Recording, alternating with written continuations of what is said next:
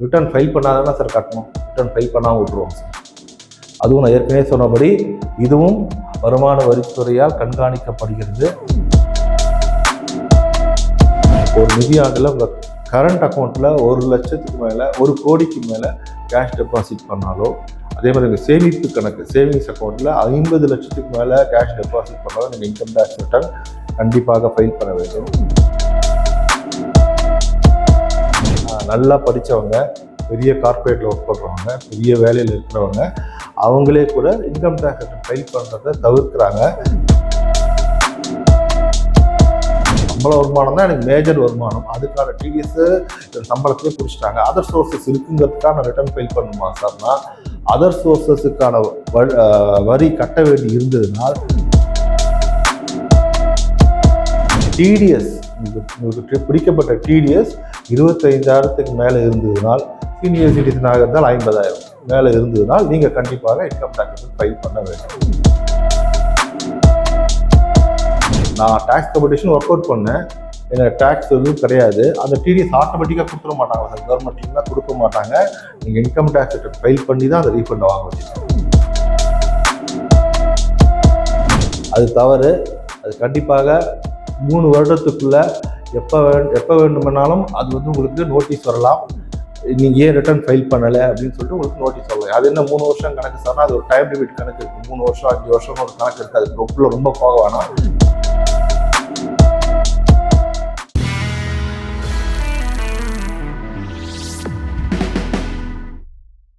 வணக்கம் mister and Mrs finance நேயர்களே. இன்றைக்கி நம்ம பார்க்க போகிறது இன்கம் டேக்ஸ் ரிட்டர்ன் ஃபைலிங்கை பற்றி. இப்போ income tax return filing season போயிட்டுருக்கு. For individuals 15th September last date.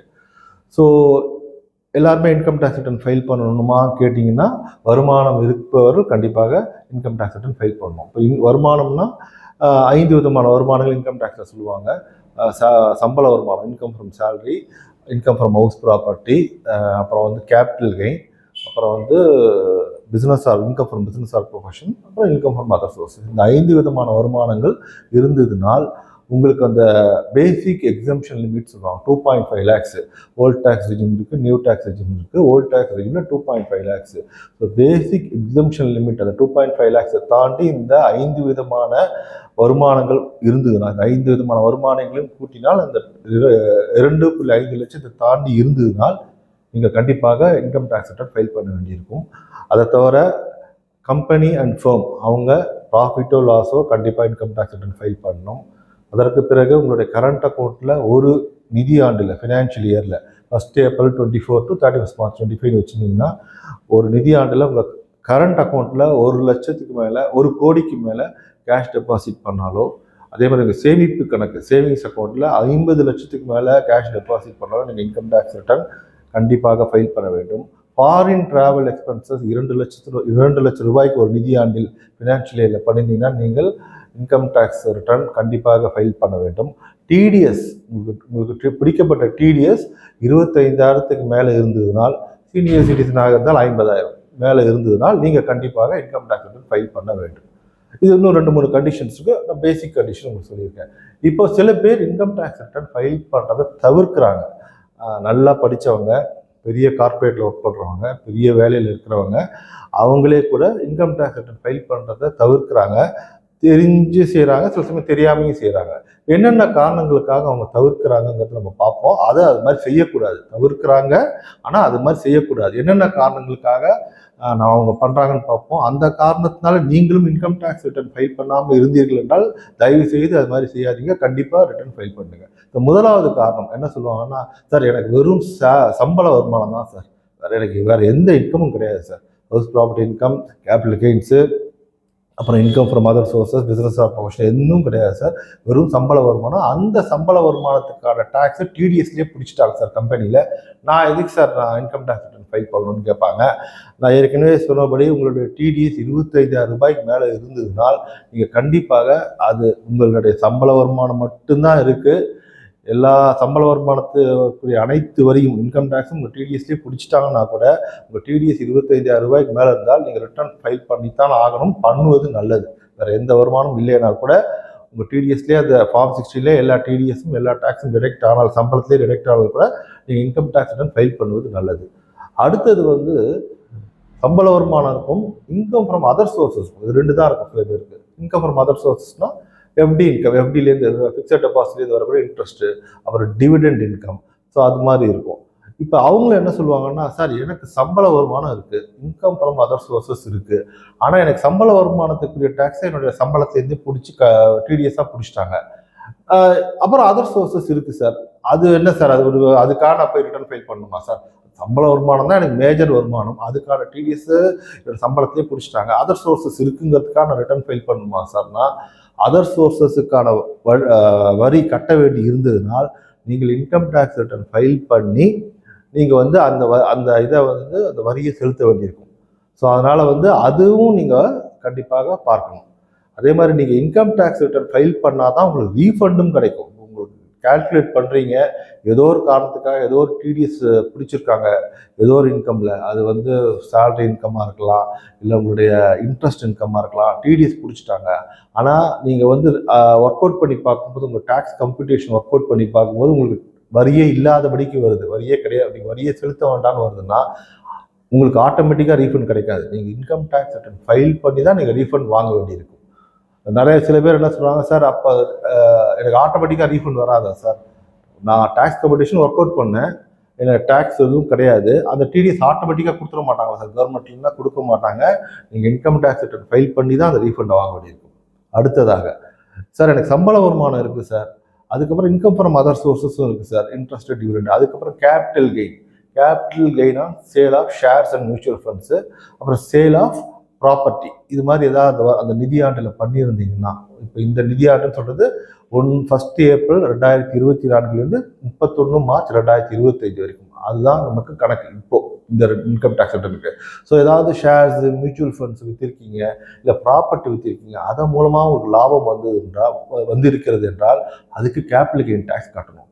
இப்போ சில பேர் என்ன பண்ணுறாங்கன்னா, அதை வந்து ஆடிட்டர்கிட்ட கொண்டு போய் கொடுப்பாங்க, அவரும் கால்குலேட் பண்ணுவார், அவரும் சார் ஏன்னா இது வந்து ஃபார்ம் 60 அவங்க டிடிஎஸ்ல உங்கள் சம்பளத்தில் பிடிச்சிருக்க மாட்டாங்க. எதுக்கு? இந்த capital gain on sale of shares mutual funds ப்ராப்பர்ட்டிக்கு உங்கள் சம்பள வருமானத்தை டிடிஎஸ் பிடிச்சிருக்க மாட்டாங்க, நீங்கள் தனியாக தான் அதை கட்டணும். ஆடிட்டர்கிட்ட போய் அவர் கால்குலேஷன் பண்ணி சொல்லுவார், சார் இந்த இவ்வளோ அமௌண்ட் கட்ட வேண்டியிருக்கு சார், இந்த வருஷம் நீங்கள் சேல் ஆஃப் ஷேர்ஸ் பண்ணியிருக்கீங்க, மியூச்சுவல் ஃபண்ட்ஸ் பண்ணியிருக்கீங்க, ப்ராப்பர்ட்டி விற்றுருக்கீங்க, இவ்வளோ லாபம் வந்திருக்கு, இவ்வளோ கேபிட்டல் கெயின் டேக்ஸ் கட்டணும்னு சொன்னால் உடனே சில பேர் என்ன சொல்கிறாங்கன்னா, அது ரிட்டர்ன் ஃபைல் பண்ணாதானே சார் நான் கட்டணும், அப்படியே விட்டுடலாம் சார், ரிட்டர்ன் ஃபைல் பண்ணாமே விட்டுடலாம், நம்ம வந்து ரிட்டர்ன் ஃபைல் பண்ணால் அந்த டேக்ஸை கட்டி ரிட்டர்ன் ஃபைல் பண்ணணும், கட்டாமல் ரிட்டர்ன் ஃபைல் பண்ணாமல் விட்டுட்டா சார் அந்த டேக்ஸை கட்ட வேண்டாம், எனக்கு மிச்சம் தானே அப்படிங்கிறாங்க. அது தவறு. அது கண்டிப்பாக 3 வருடத்துக்குள்ளே எப்போ வேண்டுமானாலும் அது வந்து உங்களுக்கு நோட்டீஸ் வரலாம், நீங்கள் ஏன் ரிட்டர்ன் ஃபைல் பண்ணலை அப்படின்னு சொல்லிட்டு உங்களுக்கு நோட்டீஸ் வரலாம். அது என்ன 3 வருஷம் கணக்கு சார்னா, அது ஒரு டைம் லிமிட் கணக்கு இருக்குது, 3 வருஷம் 5 வருஷம்னு ஒரு கணக்கு இருக்குது, அதுக்கு ரொம்ப போக வேணாம். பட் 3 வருஷத்துக்குள்ள உங்களுக்கு நோட்டீஸ் வரலாம், ஏன் இந்த வருஷத்துக்கான ரிட்டர்ன் நீங்கள் ஃபைல் பண்ணல. இன்னும் சில பேர் இருக்காங்க, இந்த ஒரு வருஷத்தில், அதை நான் சொன்னது இந்த நிதியாண்டு ஏப்ரல் 2024 மார்ச் 2025 2 இல்லை 3 கம்பெனி மாறி இருப்பாங்க, வேலை மாறி இருப்பாங்க, ஒரே வருஷத்தில் 2 கம்பெனியில் மாறி இருப்பாங்க, ரிசைன் பண்ணிட்டு வேறு கம்பெனியில் ஜாயின் பண்ணியிருப்பாங்க. அப்படி இருக்கும்போது அவங்களுக்கு 2 ஃபார்ம் 16 வரும். முதல்ல ஒரு கம்பெனியில் வேலை பார்த்த ஃபார்ம் 16, அதுக்கப்புறம் ரிசைன் பண்ணிட்டு இன்னொரு கம்பெனியில் ஜாயின் பண்ணியிருப்பாங்க, அந்த கம்பெனிலேருந்து ஒரு ஃபார்ம் 16, 2 ஃபார்ம் 16 வரும். இப்போ அந்த 2 ஃபார்ம் 16லையும் அந்த கம்பெனி என்ன பண்ணியிருப்பாங்கன்னா, அந்த பேசிக் எக்ஸம்ஷன் சொன்னோம் இல்லையா, 2.5 lakhs, அதை எடுத்து தான் அவங்க இன்கம் டேக்ஸ் கால்குலேட் பண்ணியிருப்பாங்க. 2 கம்பெனிலையும் அவங்க ப்ரூஃப் கொடுத்துருப்பாங்க, இந்த investment proof, life insurance premium, medical insurance premium, இந்த ப்ரூஃப்லாம் கொடுத்துருப்பாங்க. அதெல்லாம் கணக்கில் எடுத்துக்கிட்டு தான் அவங்க இன்கம் டேக்ஸ் கால்குலேட் பண்ணி அந்த டேக்ஸை பிடிச்சிருப்பாங்க.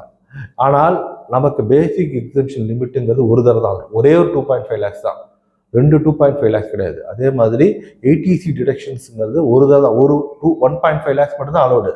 என்னன்னா அந்த கம்பெனிலையும் முதல் கம்பெனிலையும் 1.5 lakh எடுத்திருப்பாங்க, இந்த கம்பெனிலையும் ஃபார்ம் 16ல 2வது கம்பெனிலையும் ஏடிசியில் டிடக்ஷன்ஸ் 1.5 lakh எடுத்திருப்பாங்க. அப்படின்னு அது அவங்க எடுத்திருப்பாங்க. ஆனால் நம்ம 2 ஃபார்ம் 16யும் எடுத்துக்கிட்டு மொத்தமாக கால்குலேட் பண்ணி ஒரு பேசிக் எக்ஸம்ஷன், ஒரு ஏடிசி டிடக்ஷன்ஸ், அது மாதிரி எல்லாமே ஒரு தடவை தான் அலோடு. ஒரு இன்கம் டேக்ஸ் ரிட்டர்ன் ஒரு அசஸ்சிக்கு அது ஒரு இதுதான் அலோடு. அப்படி போடும்போது என்ன ஆகுன்னா, பெரும்பாலான சமயங்களில் இது மாதிரி ஒரு வருடத்தில் 2 அல்லது 3 கம்பெனியில் வேலை பார்த்தவங்களுக்கு பெரும்பாலான சமயங்களில் வரி செலுத்த முடியாதான் வரும், கையிலேருந்து வரியை வந்து கட்ட முடியாது வரும். அப்போ இந்த ஆடிட்டர் வந்து ஒர்க் அவுட் பண்ணி சொல்லுவார், சார் இவ்வளோ வரி கட்ட வேண்டியிருக்கு அப்படின்னு சொன்னாங்கன்னா, அப்போ சில பேர் என்ன சொல்கிறாங்கன்னா, இதே தான் ரிட்டர்ன் ஃபைல் பண்ணாதானே சார் கட்டணும், ரிட்டர்ன் ஃபைல் பண்ணாமல் விட்டுருவோம் சார். அதுவும் நான் ஏற்கனவே சொன்னபடி இதுவும் வருமான வரித்துறையால் கண்காணிக்கப்படுகிறது. நீங்கள் வந்து அது மாதிரி விட்டுட்டீங்கன்னா, இன்கம் டேக்ஸ் ரிட்டர்ன் ஃபைல் பண்ணாமல் விட்டுட்டீங்கன்னா உங்களுக்கு 3 வருஷத்துக்குள்ள உங்களுக்கு எப்போ வேண்டுமானாலும் நோட்டீஸ் வரலாம். ஏன் வந்து வருமான வரி படிவம் தாக்கல் செய்யல, இன்கம் டேக்ஸ் ரிட்டர்ன் ஏன் ஃபைல் பண்ணலன்னு உங்களுக்கு நோட்டீஸ் வரலாம். அதற்கு பிறகு உங்களுக்கு எந்த வருமானமும் இல்லை சார், எந்த house wife, husband and wife, house wife, இப்போ வீடு வாங்கியிருக்கீங்க, இந்த 1 வருஷத்துல வீடு வாங்கியிருக்கீங்க, ஹஸ்பண்ட் அண்ட் ஒய்ஃப் பேரில் சேர்ந்து வீடு, எல்லாருமே அது பண்ணுறது தான். ஒரு வீடு வாங்கும்போது ஹஸ்பண்ட் அண்ட் ஒய்ஃப் பேரில் சேர்ந்து ரிஜிஸ்டர் பண்ணுவாங்க. ஒய்ஃப் வந்து ஹவுஸ் ஒய்ஃபு, ஹஸ்பண்ட் இன்கம் மூலமாக தான் அது வாங்கியிருக்கோம். அந்த மார்ஜின் மணி பே பண்ணது மொத்தமாக ஹஸ்பண்ட் தான், அவரோட பேங்க் அக்கௌண்ட்லேயே தான் போயிருக்கு. ஹவுசிங் லோன் வாங்கியிருக்காங்கன்னா 1 கோடிக்கு வாங்குறீங்க, 75 லட்ச ரூபா ஹவுசிங் லோனு, 25 லட்ச ரூபா அவங்க மார்ஜின் மணி, அதில் வந்து 25 லட்சமும் ஹஸ்பண்ட் பேங்க் அக்கௌண்ட்லேயே தான் போயிருக்கு. ஏன்னா அவர் தான் ஏர்னிங் மெம்பர். ஒய்ஃப் வந்து ஹவுஸ் ஒய்ஃபு, ஆனால் ரிஜிஸ்டர் பண்ணும்போது ப்ராப்பர்ட்டி ஹஸ்பண்ட் அண்ட் ஒய்ஃப் பேரில் ரிஜிஸ்டர் பண்ணியிருக்கீங்கன்னா இன்கம் டேக்ஸ் டிபார்ட்மெண்ட்டுக்கு இந்த ரெக்கார்ட் போகும். அவங்க என்ன நினைப்பாங்கன்னா 50 லட்ச ரூபா ஷேர் வந்து ஒய்ஃபுக்கு, 50 லட்ச ரூபா ஷேர் வந்து ஹஸ்பண்டுக்கு. அப்போ ஒய்ஃபுக்கு 50 லட்ச ரூபா ஷேர் இருக்குன்னா அவங்களுக்கு ஏதோ ஒரு வருமானம் இருந்திருக்கு, அவங்க வருமான வரிப்படிவம் தாக்கல் செய்யவில்லை அப்படின்னு எடுத்துப்பாங்க. அதனால ஒய்ஃபுக்கு நோட்டீஸ் போகும். இப்போ ஹஸ்பண்ட் வந்து இன்கம் டேக்ஸ் ரிட்டர்ன் ஃபைல் பண்ணியிருப்பாரு, ஏன்னா அவருக்கு வந்து சேலரி இன்கம் வருது, அதனால அவர் பண்ணியிருக்கலாம். இந்த மாதிரி சுச்சுவேஷனில் ஒய்ஃபும் பண்ணணும். ஏன்னா அவங்க பேரில் ப்ராப்பர்ட்டி ரிஜிஸ்டர் ஆனதால அவங்களுக்கு ஏதோ இன்கம் இருந்திருக்கு, அதன் மூலமாக தான் அந்த ப்ராப்பர்ட்டியில் அவங்க வாங்கியிருக்காங்கன்னு நினச்சிட்டு அவங்களுக்கும் நோட்டீஸ் அனுப்புவாங்க. ஸோ அப்போது அவங்களும் இன்கம் டேக்ஸ் ரிட்டர்ன் ஃபைல் பண்ணணும். இப்போ அடுத்த கேள்வி வரலாம், சார் இந்த மாதிரி சுச்சுவேஷனில் ஒய்ஃபுக்கு என்ன sir income tax return file பண்ண முடியும், அவங்க நில் ரிட்டர்ன் தானே சார், ஒன்றுமே வருமானம் தான் கிடையாது சார், ப்ராப்பர்ட்டி அவங்க பேரில் சேர்ந்து ரிஜிஸ்டர் ஆயிருக்கு அவ்வளோதான் அப்படின்னு சொன்னீர்கள் என்றால் கண்டிப்பாக நீங்கள் சொல்கிறது கரெக்டு. அது நில் ரிட்டனாக கண்டிப்பாக ஃபைல் பண்ணணும். நாளைக்கே வந்து அந்த நில் ரிட்டனை பார்த்து அவங்க நோட்டீஸ் வச்சு எக்ஸ்பிளனேஷன் கேட்டால் சொல்லணும், இது மாதிரி நாங்கள் வந்து ரிஜிஸ்டர் பண்ணது 2 பேர் பேரில் ரிஜிஸ்டர் பண்ணியிருக்கோம், ஆனால் அந்த ப்ராப்பர்ட்டிக்கான அந்த வீட்டுக்கான அனைத்து பணமும் எங்கள் ஹஸ்பண்ட் அக்கௌண்ட்லேருந்து தான் போயிருக்குன்னு அந்த ப்ரூஃபை காமிச்சிட்டா விட்டுருவாங்க, அவங்க ஓகே அப்படின்னு விட்டுருவாங்க. ஸோ இப்போ நம்ம பல இது பார்த்துட்டோம், பல சுச்சுவேஷன்ஸு, எந்தெந்த சுச்சுவேஷன்ஸ்லாம் நம்ம இன்கம் டேக்ஸ் ரிட்டர்ன் ஃபைல் பண்ணாமல் அவாய்ட் பண்ணுறாங்க. வேணா ஒரு சின்ன சம்மரி மாதிரி சொல்கிறேன். 2 கம்பெனியில் வேலை பார்த்தா அவாய்ட் பண்ணிடுறாங்க, capital gain on sale of shares, mutual funds, sale of property இருந்தால் அதுக்கு தனியாக டேக்ஸ் வந்தால் அப்போவும் இன்கம் டேக்ஸ் ரிட்டர்ன் ஃபைல் பண்ணாமல் அவாய்ட் பண்ணிடுறாங்க. ப்ராப்பர்ட்டி வாங்கியிருக்கீங்க, அப்போ ஒய்ஃப் பேரில் சேர்ந்து வாங்கியிருக்கீங்க, அப்போ இன்கம் டேக்ஸ் ரிட்டர்ன் ஒய்ஃப் பேரில் இன்கம் டேக்ஸ் ரிட்டர்ன் ஃபைல் பண்ணாமல் அவாய்ட் பண்ணிடுறாங்க. சேலரி இன்கம்க்கான மொத்த டேக்ஸும் வந்து டிடிஎஸ்லேயே பிடிச்சிட்டாங்கன்னா, அதான் டிடிஎஸ்லேயே எல்லாம் பிடிச்சிட்டாங்களே சார்னு சொல்லிட்டு அப்பவும் இன்கம் டேக்ஸ் ரிட்டர்ன் ஃபைல் பண்ணாமல் அவாய்ட் பண்ணிடுறாங்க. ஆட்டோமேட்டிக்காக ரீஃபண்ட் வரும் அப்படின்னு நினச்சிட்டு அப்பவும் இன்கம் டேக்ஸ் ரிட்டர்ன் ஃபைல் பண்ணாமல் அவாய்ட் பண்ணிடுறாங்க. ஸோ இந்த மாதிரி சுச்சுவேஷன்லாம் தயவு செய்து தவிர்த்துடுங்க. கண்டிப்பாக இந்த சுச்சுவேஷனில் இன்கம் டேக்ஸ் ரிட்டர்ன் ஃபைல் பண்ணணும், அவாய்ட் பண்ணுறது தவறு. கண்டிப்பாக நோட்டீஸ் வருவதற்கான வாய்ப்புகள் அதிகம். 3 வருடத்துக்குள் எப்போது வேண்டுமானாலும் உங்களுக்கு அந்த நோட்டீஸ் வரலாம். ஸோ இந்த தகவல் உங்களுக்கு பயனுள்ளதாக இருக்கும் என்று நம்புகிறேன். மீண்டும் அடுத்த வீடியோ சந்திப்போம்.